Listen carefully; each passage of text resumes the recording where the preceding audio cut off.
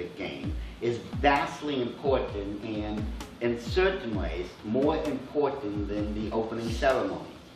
The closing ceremony will let us know if this very long story has finally come to an end. If it hasn't, then we'll be given more information to the story as it progresses. In the story of the 1996 Olympics, the closing ceremony shows us that the story hasn't ended. It's only begun. As we did in the last section, we will now look at particular events in order of appearance to the closing ceremony and see what the story is going to reveal to us. When the first modern-day Olympic Games were revived in 1896, things were drastically different. There was no pomp or circumstance honoring the victors in whatever sports they had competed in. There was no Olympic cauldron lighting ceremony. There was no parade of nations, let alone an opening or closing ceremony to the Olympic Games. The very first Parade of Nations was held in 1908 during the London Games, along with an opening and a closing ceremony.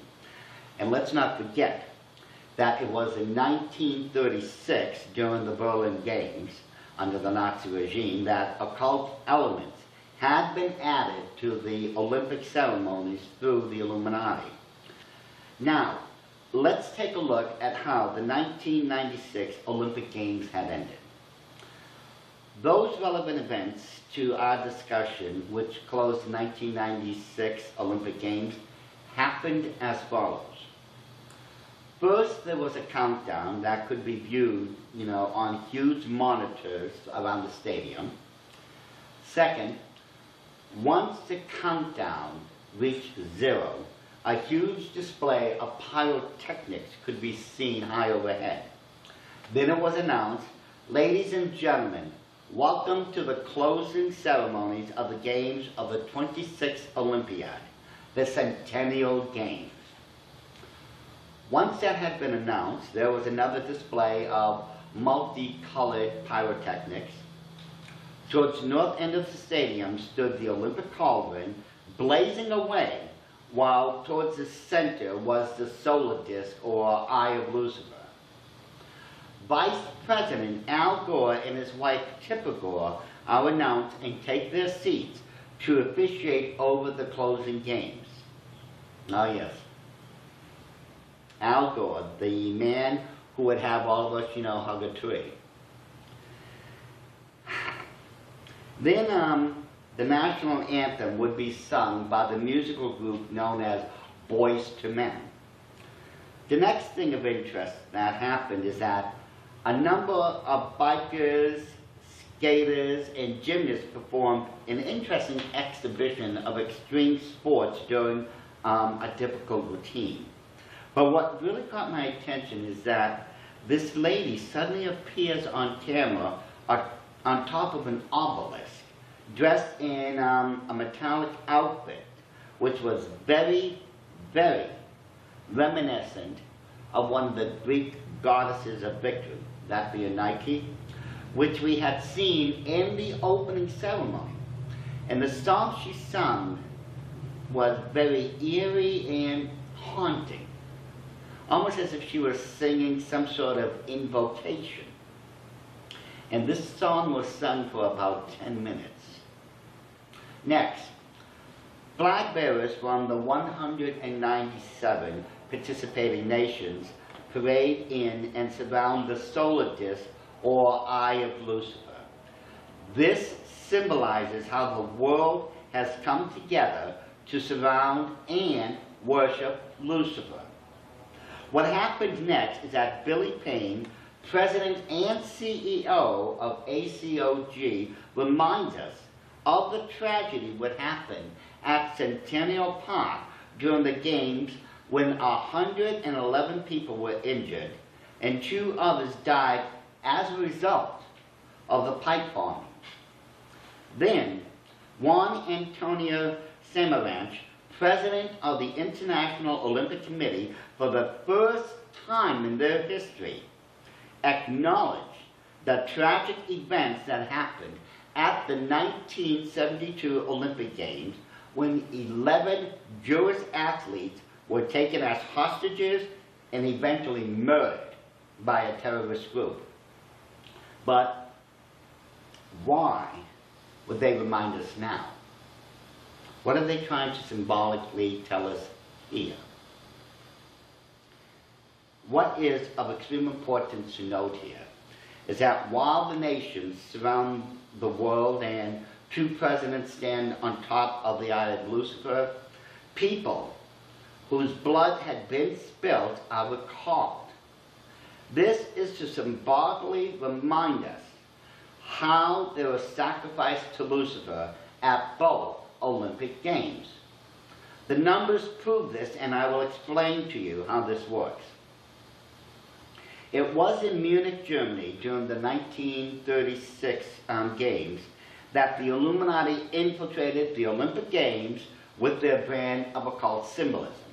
And it would be 36 years later, in 1972, that 11 Israeli athletes were murdered by terrorists.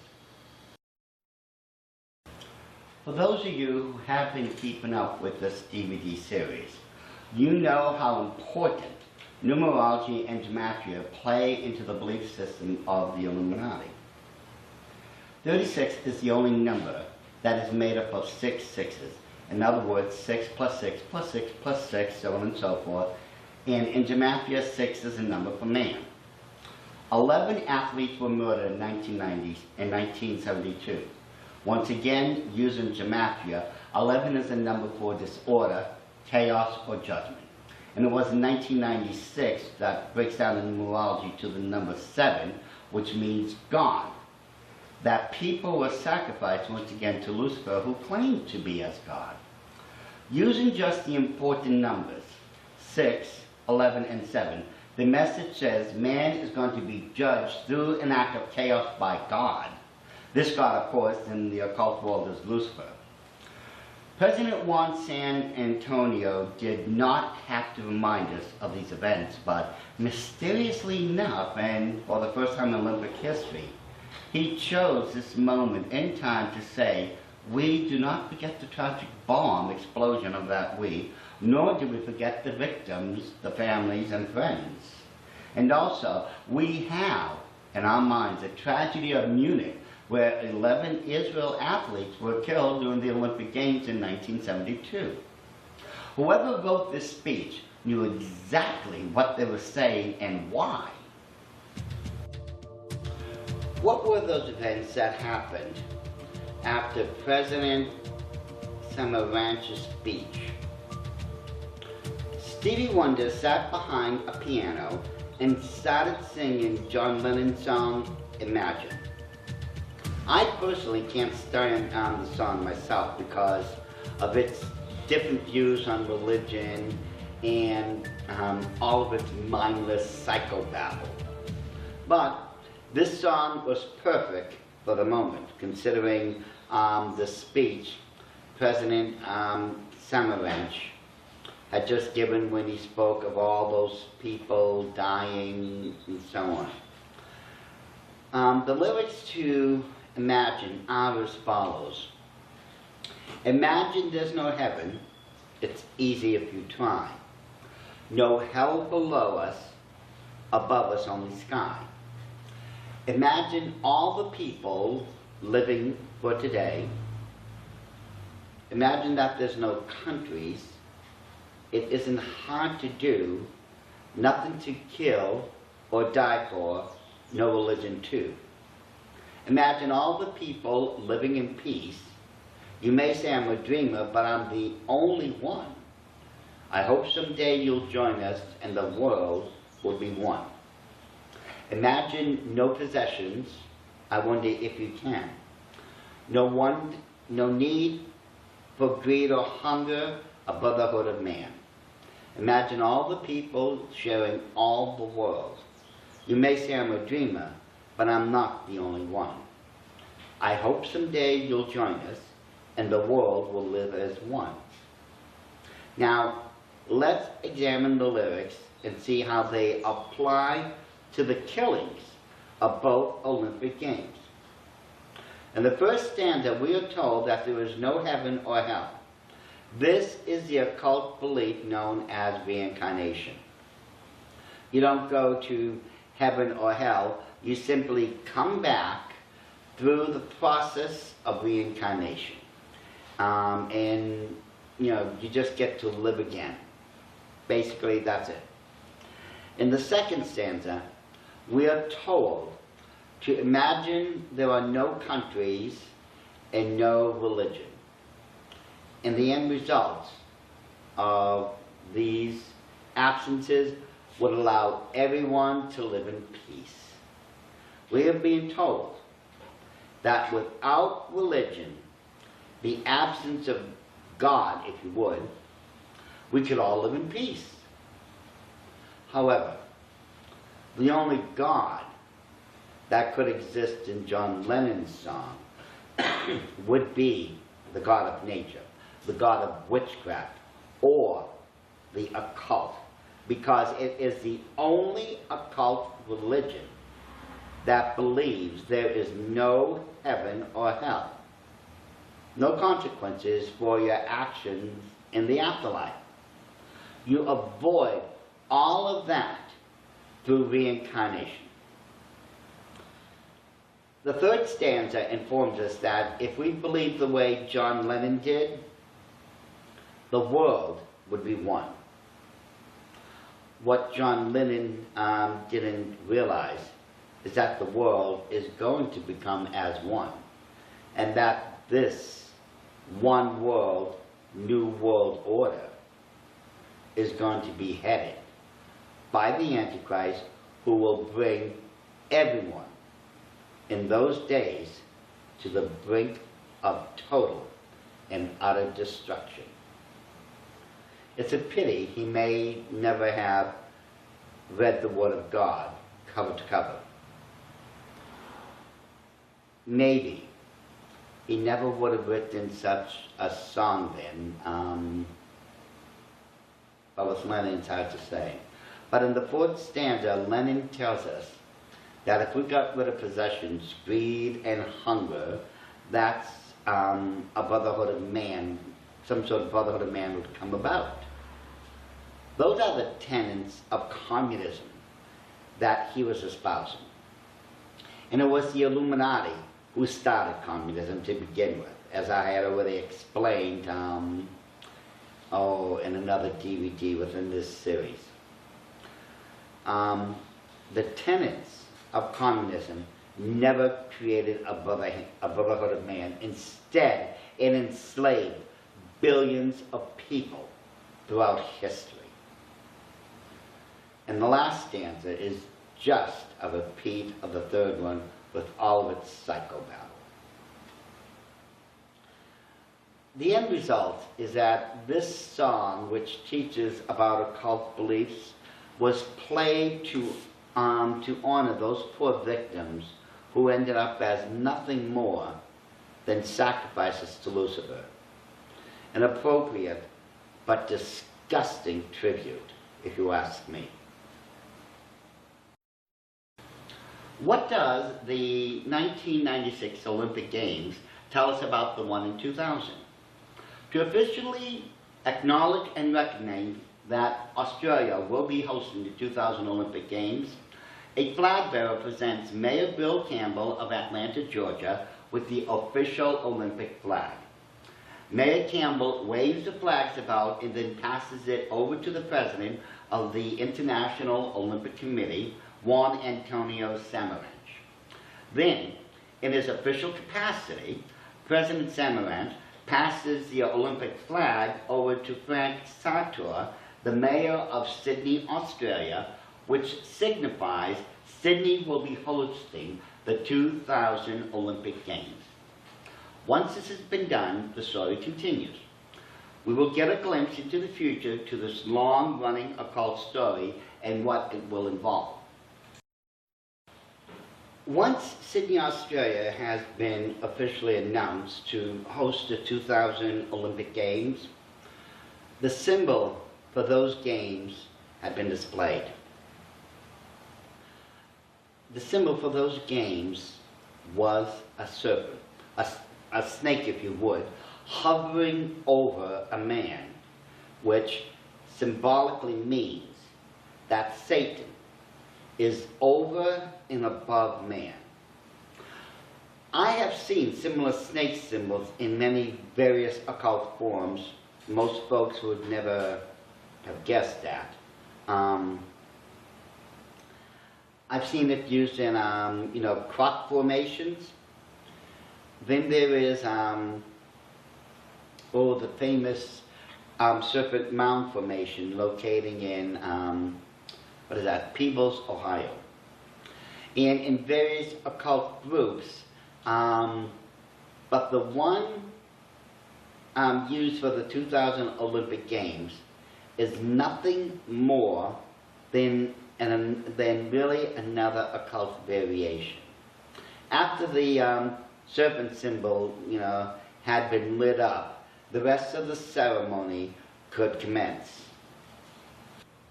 The ceremony put on by people representing Australia will immediately catch your attention. 12 Aborigines atop of the Eye of Lucifer while full fire streams out of it, just as it had previously done with Evander Holyfield when he emerged out of the Olympic torch.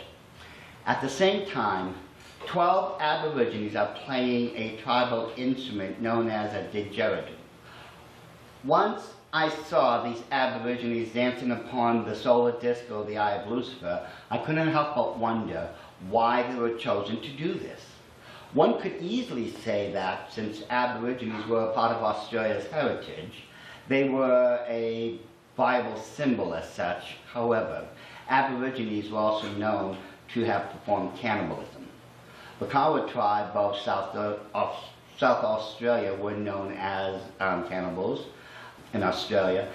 There were others, of course, but the question that people need to answer is, why have people who represent the murders and cannibalism of other people become part of what represents the history of Australia? I believe the answer, when you think about it, is really quite obvious. Those different tribes had murdered and offered up their victims to various gods, and then ate their flesh and drank their victims' blood. And this is exactly what goes on in the Illuminati to this very day. It's a perfect match. Next, we see 12 boys riding bicycles who were wearing boomers on their backs, or what you and I would refer to as kangaroos. After that, 12 ladies entirely dressed in outfits that were of a red clay color appear to dance on and around the solar disk. 12 more ladies dressed in white appear and begin dancing around native Australian wildflowers. After them, 12 other ladies appear in multicolored dresses and begin to also dance atop and around the solar disk or the Eye of Lucifer. Next, 12 mugglers or salted crested cockatoos appear and begin to dance near and around the solar disk. Now, let's recap for a moment. In the closing ceremony of the 1996 Olympic Games, once we reach this part of it, we see 12 Aborigines, 12 ladies dressed in red clay outfits, 12 boys riding bicycles while carrying kangaroos on their backs, 12 women dressed in white outfits, 12 salted crested cockatoos, and 12 women dressed in multicolored outfits. Why so many 12s? What's the connection? Remember how we just spoke about the number 36, and that when you divide it by the number 6, it comes out to be 6 plus 6 plus 6 plus 6 plus 6 plus 6. The same thing is happening with all of these 12s. The number 12 is evenly divided by 6 again. Each 12 contains 2 6s in them, or what comes out to be, in this instance, 6 sets of 2 6s, or 6, 6, 6.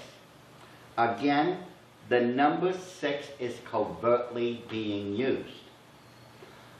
A rhythm of drums is now heard throughout the stadium while the surf lifesavers, as they're called, appear and then begin to carry blue Olympic flags.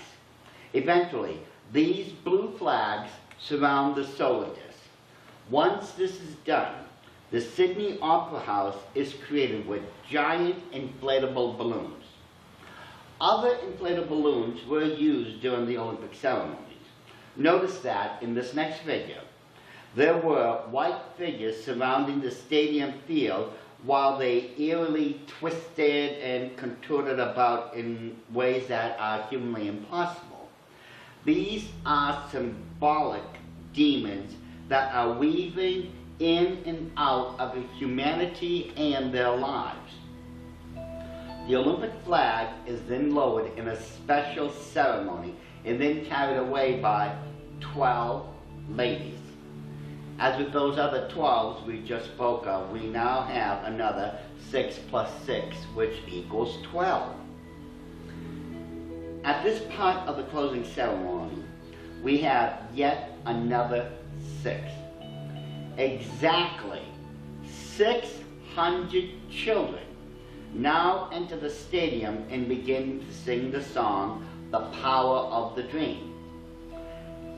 It's very appropriate that this song was sung during the 1996 Olympic Games closing ceremony because it speaks of a flame that's always burning. This flame powers our dreams. This same flame lights the fire of our imagination. This flame teaches us lessons we must learn.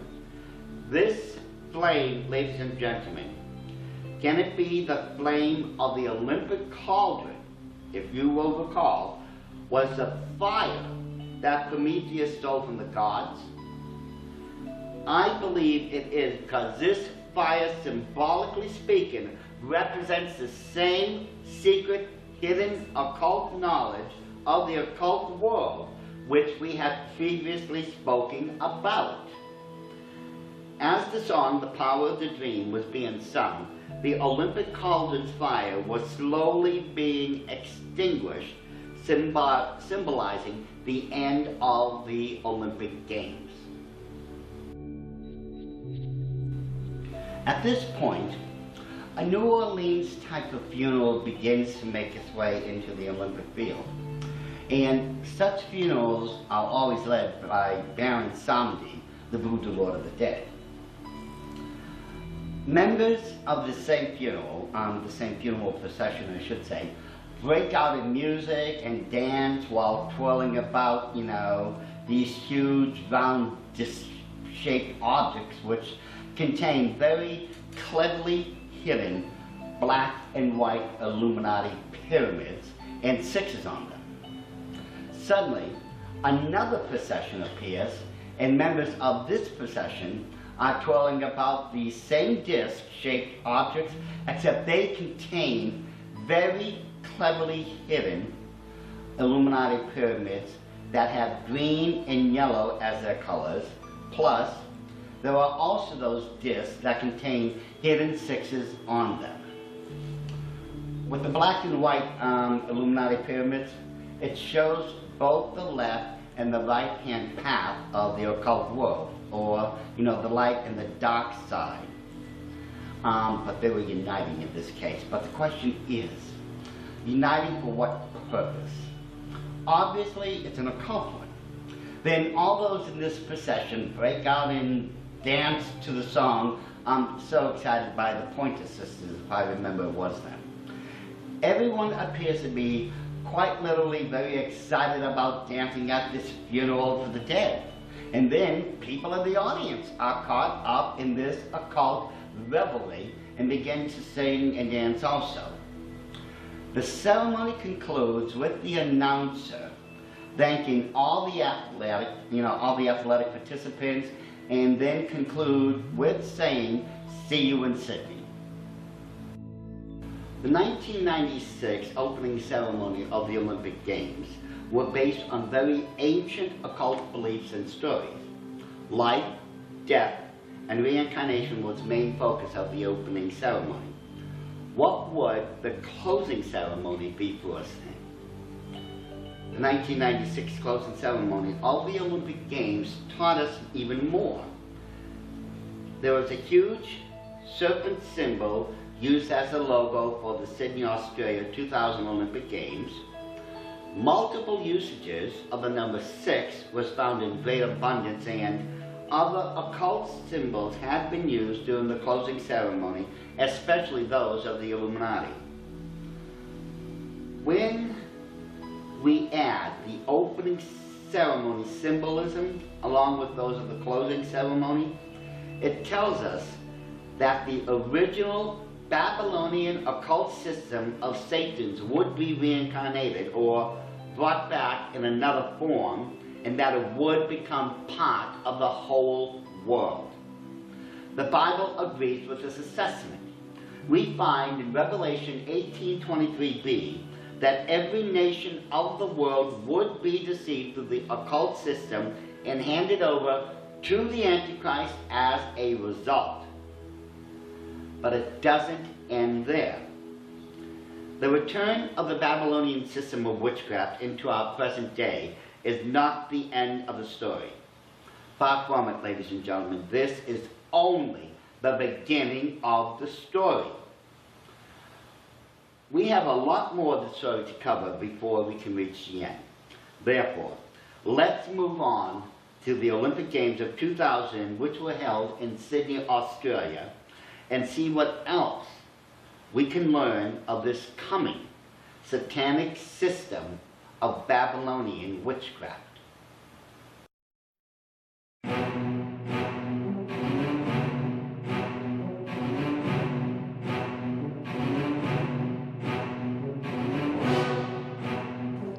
It was on September 15th, 2000 that the Sydney, Australia Olympic Games would be held. And like any other Olympic Games, the opening ceremony was spectacular. This year's opening ceremony would be especially memorable to me because 120 stockmen would ride into the stadium on their horses while carrying banners that portrayed the Olympic rings. And in my much younger days, I really enjoyed riding horses, especially quarter horses.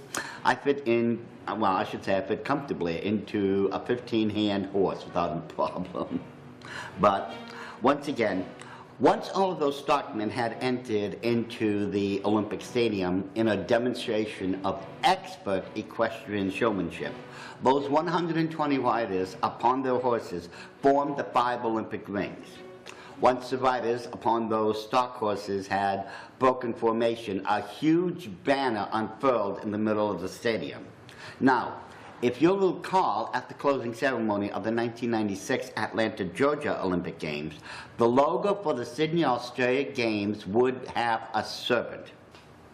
When we look to the banner that unfurled in the center of the Olympic Stadium in Sydney, Australia, sure enough, we see in yellow the serpent of the occult world. And if you look at the far right of that yellow serpent above the word "G'day," you will see that the very end of the design, the heart, I should say the head of the serpent. So here we have at the very beginning of this next Olympic Games proof that the Illuminati occult story within the Olympic Games was going to continue. In the next part of this 2000 Olympic Games opening, a little girl in pink hops and skips into the stadium and sets a blanket of sorts onto the ground and goes to sleep. As we're being told by one of the announcers, the little girl has fallen asleep and is beginning to dream of those events which make up the evolution of Australia as a people and a nation. The first thing this little girl dreams about are the waters that surround Australia, which is surrounded by 22,826 miles of coastline, and in a very clever display of pageantry, the waters and some of the sea life around Australia are shown in the Olympic Stadium. To show that the little girl has entered into this dreamscape, she hovers more than 50 feet overhead by 2 cable wires and floats about as you would expect someone to do when they're dreaming. While the little girl is dreaming, you can easily see there are exotic fishes, including the piranha fish, seahorses, jellyfish, manta ray, and such.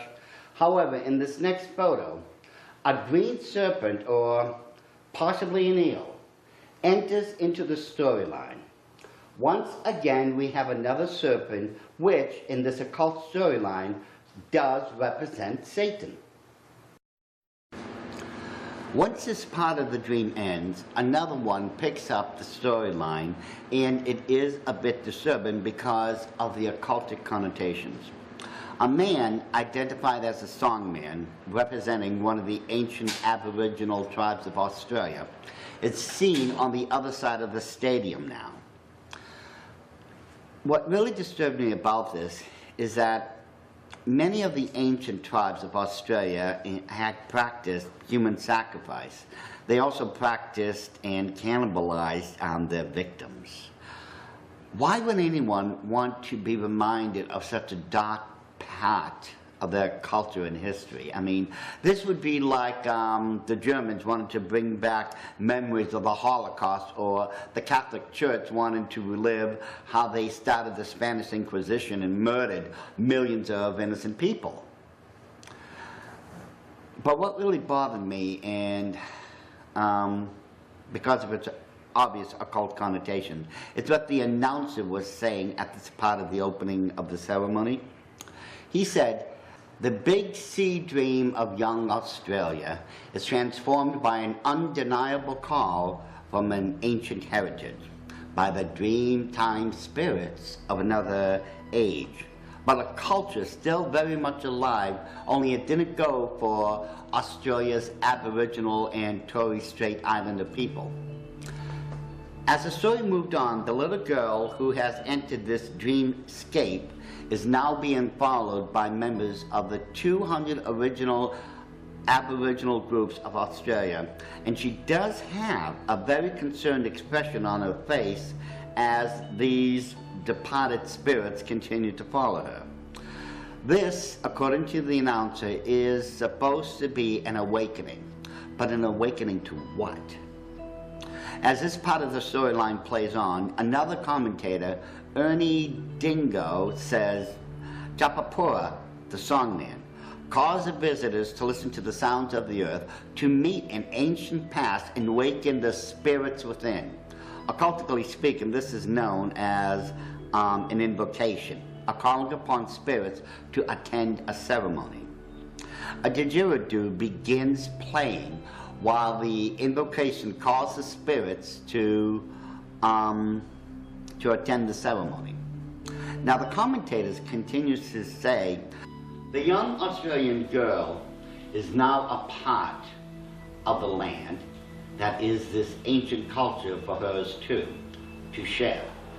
First of all, to understand the origins of where all of it came from. And in a mystical gesture, the songman slams his hands together and makes sparks appear to verify that his occult powers have now made the little girl a part of the ancient land of Australia. In essence, she has now become possessed and listens to every word of the songman and what he's saying, almost as if she's in a hypnotic trance. In this next segment, a very unusual dance routine is being performed by members of various Aboriginal tribes from the distant past. And the commentator goes on to say about the dancing, the ancient art, the ancient stories of the past are to be embraced by the young Aboriginal culture of today and to share in his history in acceptance without questioning. They are preparing for a welcome and a rebirth in the unity so it can all be as one mob. the youth of today and the ancient culture of years gone by. And as another display of mystical smoke appears out of nowhere, the commentator says at the conclusion of that dance, the rebirth has started. What must be pointed out at this part is that the commentator states two very important things. The 300 dancers are preparing for a welcome, and a rebirth is beginning. The question that needs to be asked is, what is this rebirth that is being welcomed in and must be accepted by the young Aboriginal culture without question? The answer is in the formation of the dancers themselves at the conclusion of their dance. In this next figure, the dancers have found the eye of the Illuminati. They formed the eye of Lucifer himself. However, at this camera angle, the eye is upside down. In this next photo, all I have done is simply turn the eye upside down, and you should be able to see that the dancers had, in fact, formed the eye of Lucifer. The dancers, which are purposely dressed in dark clothing, have formed the pupil and the iris of the human eye, while the dancers in the lighter or white clothing have formed the sclera and the eyelid, of the human eye. When we take a look at both photos side by side, it becomes apparent that the dancers have formed the eye of Lucifer and are welcoming his rebirth. Multicolored flags representing the 200 original Aboriginal tribes now march into the Olympic Stadium as the didgeridoo is being played, giving off that strange, mystical, eerie sound. Towards the end of this procession, another human eye has been formed, and the flag carriers end their routine right by the eye and bow down with their flags as if they're paying it some sort of homage. The return of the songman, if you notice, now people representing the 200 original Aboriginal tribes of Australia join in unison around the eye of Lucifer. What's even more interesting is how the songman now begins to walk among them while tapping two boomerangs together. The closing ceremony is when the songman now comes down to walk among the people, and as he does so, another occult ritual begins. Now, please take a careful look at this next photo. Within the red circle, you see a couple of machines that are putting out vast amounts of smoke and things like that.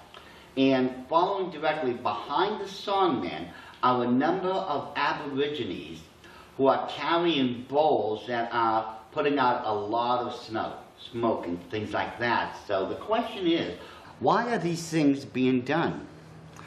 According to the commentator, the smoke ceremony is set up to cleanse the air of all negativity. To cleanse the air, this meaning place in preparation for rejoicement.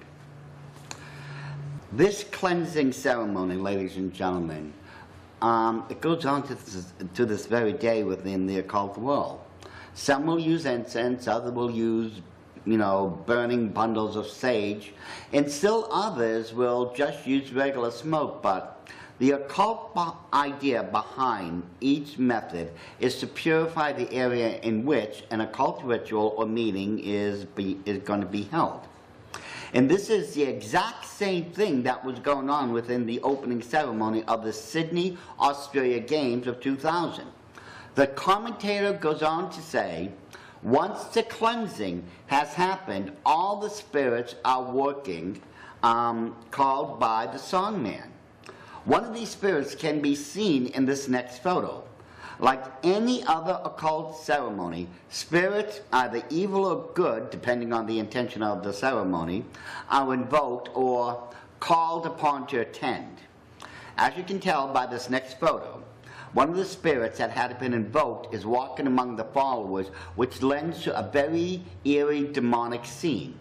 And in this next scene, you can see that there are multiple demons walking within the Olympic Stadium.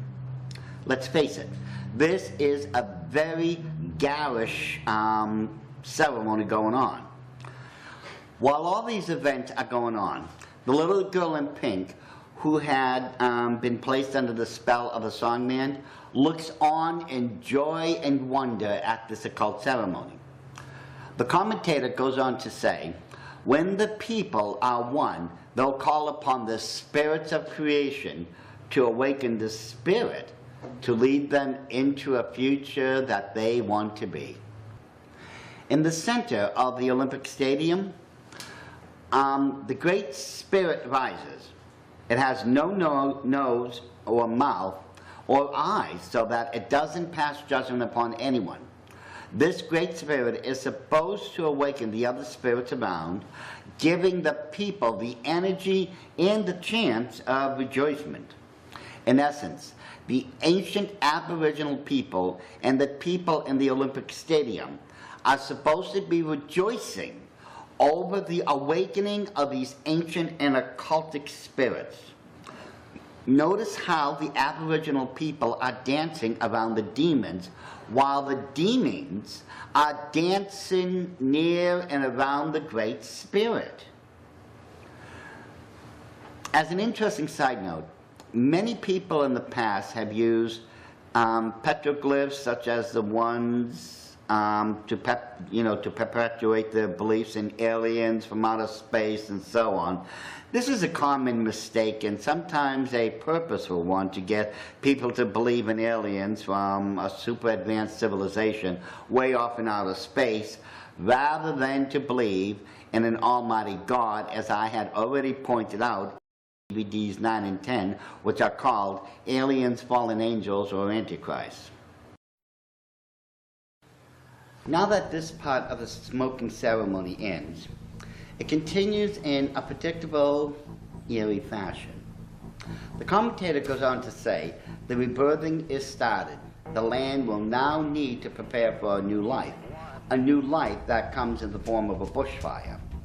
In this instance, fire would be used as another symbol of purification. The commentator then goes on to say, controlled fires traditionally by the Aboriginal people will allow the food source to multiply and be plentiful afterwards, ridding the land of excess and unwanted life.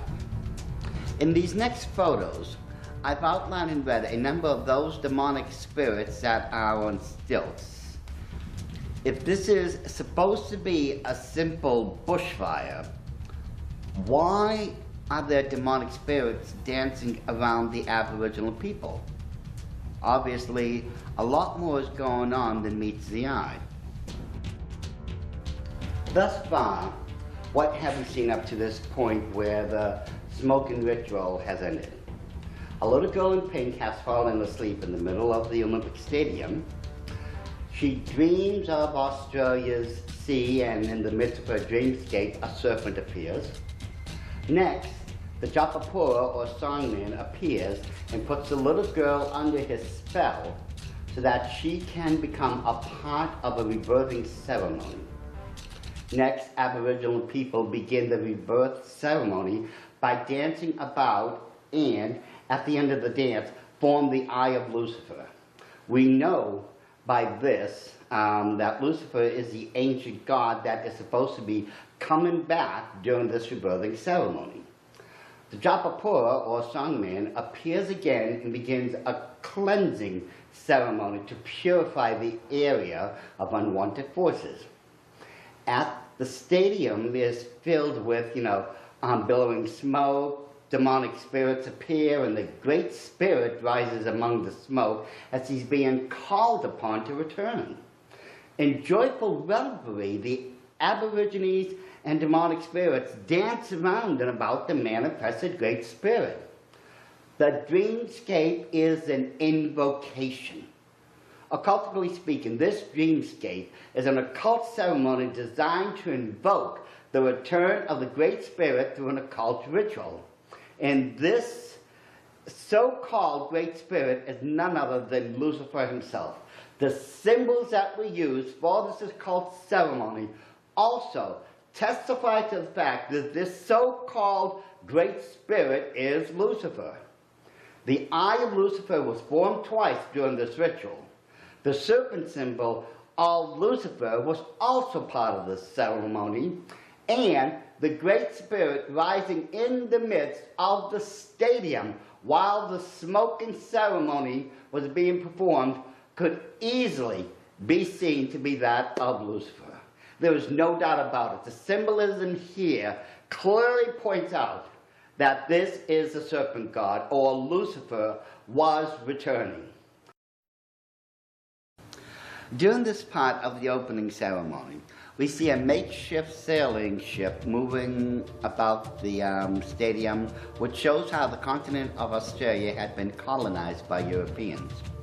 Then, in fiery display, the Industrial Revolution of Australia is depicted in various scenes. Suddenly, a fire-breathing steel horse appears, and according to the commentator, this horse is supposed to be, or I should say represent, that a new technology had come to the land of Australia. That this construct is supposed to be a steel horse makes no sense to me whatsoever. I know this is supposed to be symbolism here, but let's examine it for a minute. Symbolically or not, there are no horses in any of the Australian mythologies that could breathe fire. In this next photo of the same steel horse, look at the huge, tapered, razor-sharp teeth. Horses' teeth are not shaped like that. However, mythology teaches us that dragon teeth are shaped like that. When you look towards the back part of the horse's head, it tapers back to form what looks like 3 horns. No horse's mane is shaped like that, and even if this is just a matter of symbolism, it just doesn't fit in. However, something else does. When we compare this steel horse side by side and compare it to a drawing of a dragon, you can see that they both have the same type of horns towards the rear of their heads. The same can be seen again, when you put them side by side, when we compare this next dragon to the steel horse. And once again, side by side, we can see the same horns on this red dragon as we do with the steel horse. There is absolutely no doubt about it, ladies and gentlemen. This steel horse is a dragon. And we know that one of the most ancient symbols for Satan is that of a dragon. And what convinces me I'm correct in my interpretation is that seconds later, in this Industrial Revolution scene, another occult symbol shows up. On top of what appears to be an oil rig is the 5-pointed star of the occult world known as a pentagram. A pentagram has different meanings and serves many purposes. The 5 points represents the so-called 5 elements: fire, water, air, earth, and spirit. It also symbolizes man, as in the Da Vinci drawing known as the Vitruvian Man.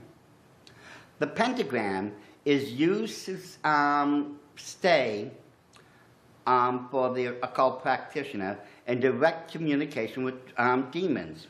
It can also be used for certain occult rituals, and it is also used to adorn the top of occult trees during the occult holiday of Christmas.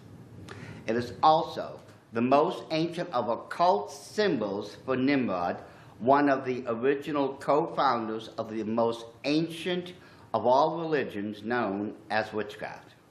And let's not forget, the official logo that was used during the original bid for Australia to host the 2000 Olympic Games was a pentagram. So there was very heavy occult significance to the pentagram being used in this part of the dreamscape that would tie in directly to the dragon or the serpent, which is coming back. While these events were transpiring, in the midst of the arena, the Japapura, or songman, along with the little girl in pink, appears on a rising stand. The Japapura appears to have been showing all the wonders of the dreamscape vision to the little girl, as she appears to be completely mesmerized. Then, as both the Japapura and the little girl continue to look on from their lofty platform, the stadium fills up with dancers of all sorts, many of which appear to be doing a very difficult tap dance routine. Suddenly, in the midst of it all, a giant pyrotechnic display can be seen. Directly above the Japapura and the little girl, an arch appears. At the top part of the arch is the serpent symbol, and directly below the serpent is the word of eternity. The serpent symbol was used, if you will recall, as the official logo for the Sydney, Australia Games as part of a banner for the opening of these games. According to the commentator, the archway is a bridge. The three components of this fire display, the bridge, the word eternity, and the serpent, can be translated thusly: the bridge to eternity is through the serpent. This would be the occult translation behind it. After this part of the ceremony had concluded, the Sydney 2000 Olympic band comes out to display their musical talent. At the end of their choreography routine, the marching band forms a symbol for the 2000 Olympic game banner. When you place the banner and the human representation of that banner side by side, it becomes quite obvious that the serpent, which is at the top of this symbol, is prominent, showing the prominence of the serpent over the games. The next thing to happen is known as the Parade of Nations, which by tradition will be led by Greece, you know, the nation through whom the Olympic Games originally comes from. The final nation to come will be the host nation. In this case, that would be Australia. Once the Parade of Nations ceremony had concluded, the following announcement was made. Ladies and gentlemen, celebrating 100 years of women's participation in the Olympic Games, the Olympic flame carried by Betty Cuthbert and Raylene Boyle. The next person to take up with the Olympic torch was Dawn Fraser. Then the Olympic torch would next be taken up by Shirley Strickland and Taylor Hunty. It would be Shane Gould who would next take up the Olympic torch. The next person who would carry the Olympic torch would have been Deborah Flintoff King. And in the next succession of torchbearers, it would be Kathy Freeman, to whom the Olympic torch would be passed to. She would be waiting at the base of the platform, which she would ascend, to light the Olympic flames. To sum this up, there were 7 women total, and 6 times when the Olympic torch was carried within the stadium. Certain questions must be asked at this point. Why was it 7 women who carried the torch within the stadium, and why was it carried in a relay fashion 6 times? Why was it only women who were allowed to carry the Olympic torch within the stadium, and why was it done in the year 2000? Why would it be that in the year 2000 only women were allowed to carry the Olympic torch? For those of you who have watched my first DVD called The Arrival of the Antichrist, you would already know some of the answers to these questions. But there is a lot more to it. We actually have to go back to the opening ceremony of the 1996 Olympic Games in Atlanta, Georgia, for other answers. So, we'll begin there. Certain occult aspects of the 1996 Olympic Games must be brought to light. It was explained that the female aspect of the occult world, the goddess, had descended into the underworld to obtain hidden occult knowledge, as ancient occult stories tell us. The hidden occult knowledge was symbolized by a blazing torch and was to be presented to the whole of the world to share. During the 1996 Olympic Games, this blazing torch was brought up from the Olympic Stadium, and it rose up through a solar disk, or what is also known as the Eye of Lucifer. The passing of the hidden occult knowledge through the whole world was symbolized through the Olympic cauldron once it had been lit. Before moving on, you need to learn one other critical piece of occult information to better understand what happened at the opening ceremony of the 2000 Olympic Games in Sydney, Australia. There are 4 elements in the occult world. It has always been believed that the practice for any high or low magic ceremony within the occult world must have these 4 elements. Now, those 4 elements are fire, water, air, and earth. Though some people believe that there is a 5th element known as spirit. Just put all of this on the back burner for a minute. When we compare the opening ceremonies of the 1996 and 2000 Olympic Games, certain occult things become very obvious. In the 1996 Olympic Games, we were taught how the earth goddess, symbolically speaking now, descended into the underworld. Then in the 2000 Olympic Games, only female athletes carried the torch because they symbolically represented the earth goddess. Now, in the 1996 Olympic Games, the torch of illumination was brought to the earth by the female aspect of the occult world known as the earth goddess. In the 2000 Olympic Games, only females were allowed to carry the torch of illumination.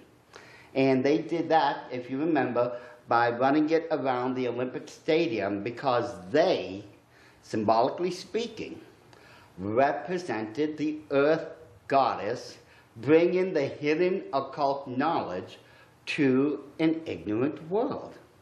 Now, back in the 1996 Olympic Games, the torch of illumination was passed through a solar disk, or what was known as the Eye of Lucifer.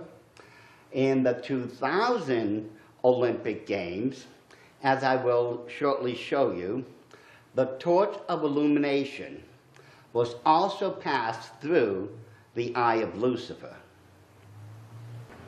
Let me show you how the Olympic torch of 2000 passed through the Eye of Lucifer. To begin, Debbie Flintoff King passes a torch of illumination to Kathy Freeman at the base of the staircase. Once she has received the torch of illumination, Kathy begins running up the staircase behind her. While still holding on to the torch of illumination, Kathy, once she's at the top of the staircase, walks into a circular pool of water with a man-made waterfall cascading down behind her. Kathy then lowers the torch to the water and it slowly bursts into a ring of flames. And in the midst of these flames, Kathy appears to be walking on water, as if this was some sort of mystical event, which in reality it was, because the blazing eye of Lucifer was about to be seen once again. While Kathy was igniting the torch of illumination behind her was a very unusual symbol. When we take a closer look at that symbol, in the center of it was a golden calf or bull. This is the sacred bull or calf of Nimrod, the god of the occult world. When we compare this calf or bull to these next images, it becomes quite obvious that these calves or bulls are one and the same. This is the male god of the occult world known as Nimrod of Babylon, but nowadays referred to as Lucifer. After Kathy has lit the eye of illumination, it appears to slowly levitate out of the water. This is a solar disk with the eye of Lucifer blazing away in the center. This is the same type of solar disk that Evander Holyfield had stepped through during the 1996 Olympic Games in Georgia while he was holding onto, the torch of illumination. I believe each of you should be able to see how, even though they are different in design, these are still the same solar disk with the blazing eye of Lucifer in the center.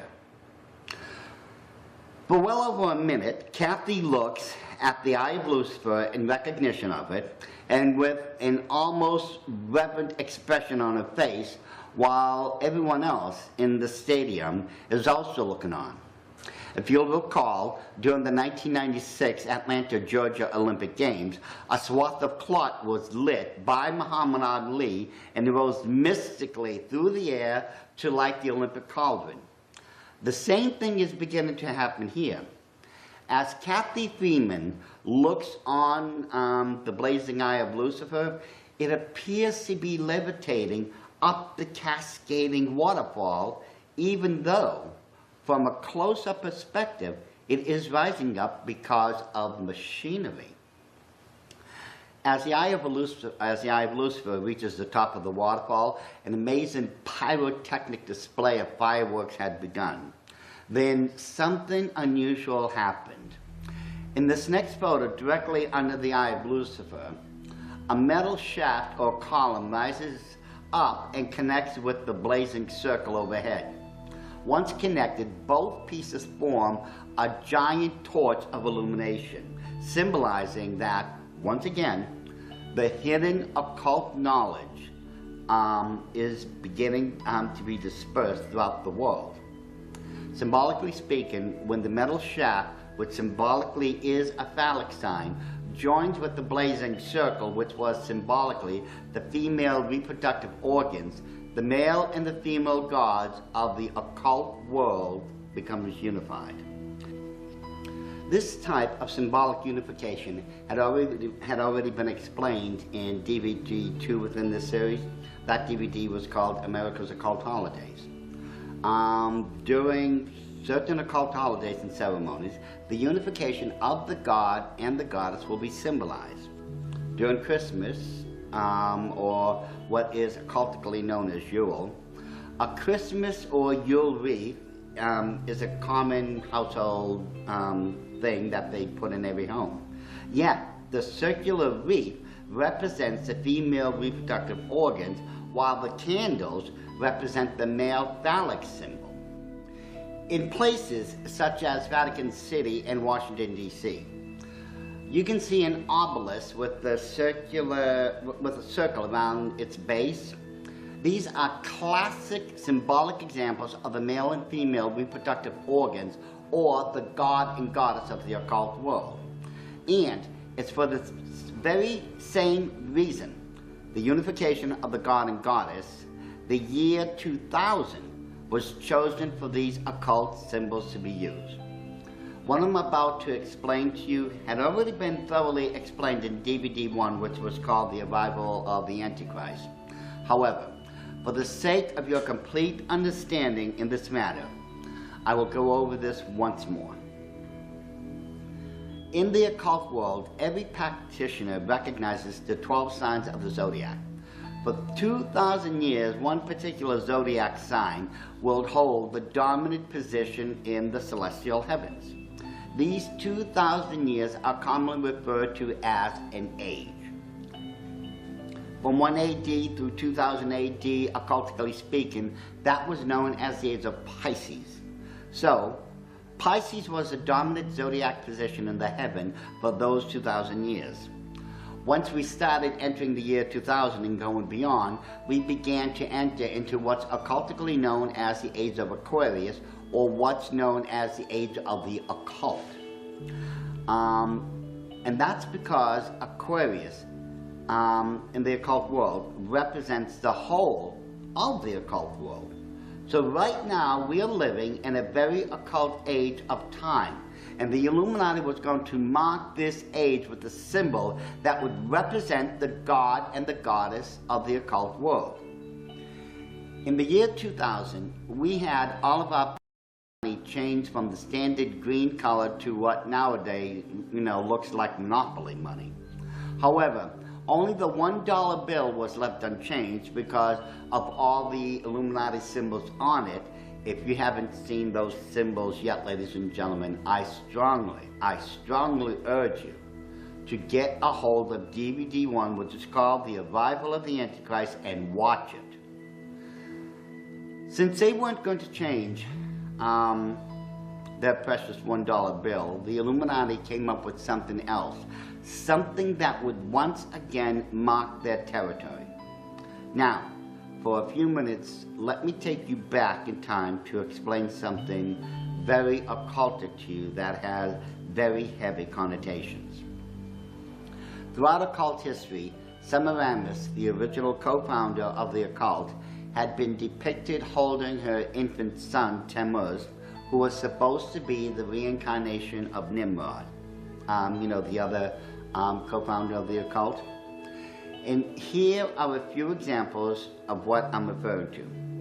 In this first figure, we see Semiramis holding her infant son, Tammuz, or the reincarnation of Nimrod. In this one, Isis is holding her son, Horus. This next one, Astaroth holding Baal, though in this case, the little boy figure had broken off. The mother and the child gods of the Chaldeans. Here we have Isis and Iswara from the pantheon of gods in India. This next one we see is Yasoda's holding her infant son called Krishna. Here we have the goddess Xingmu of China holding her infant son. Venus of the Greek world holding her male child known as Cupid. We have Aphrodite with her son known as Eros, and Mary holding the baby Jesus.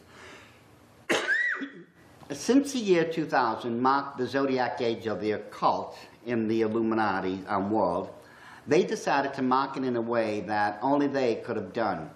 Instead of making a new paper dollar bill, they decided to make a new dollar coin.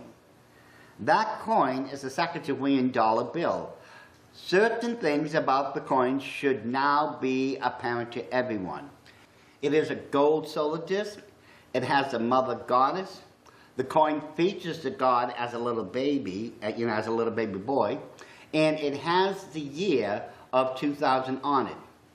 The Sacagawea coin shows the god and the goddess of the occult world surrounded with a solar disc.